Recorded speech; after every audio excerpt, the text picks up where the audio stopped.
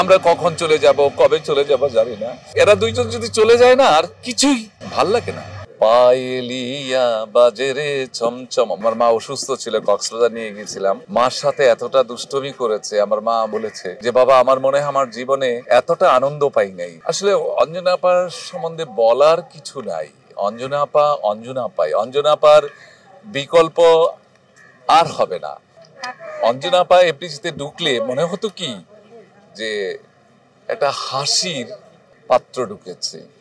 সবাই সঙ্গে দুষ্টামি, একটু খোঁচাখুচি, একটু খুনসুটি, সবাই সাথে হাসাহাসি।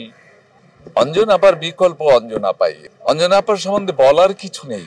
আমার জীবনের অনেক স্মৃতি অঞ্জনা আপার সাথে।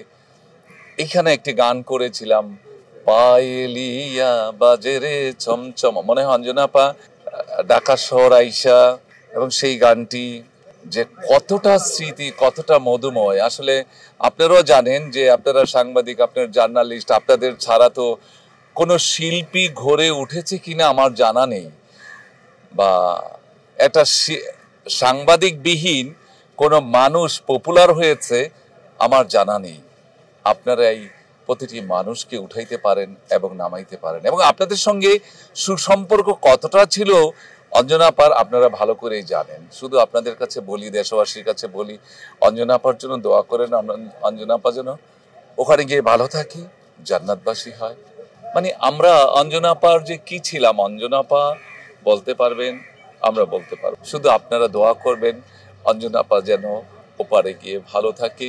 আল্লাহ তাআলা যেন সমস্ত গুনাহ মাফ করে ওনাকে জান্নাতবাসী করেন।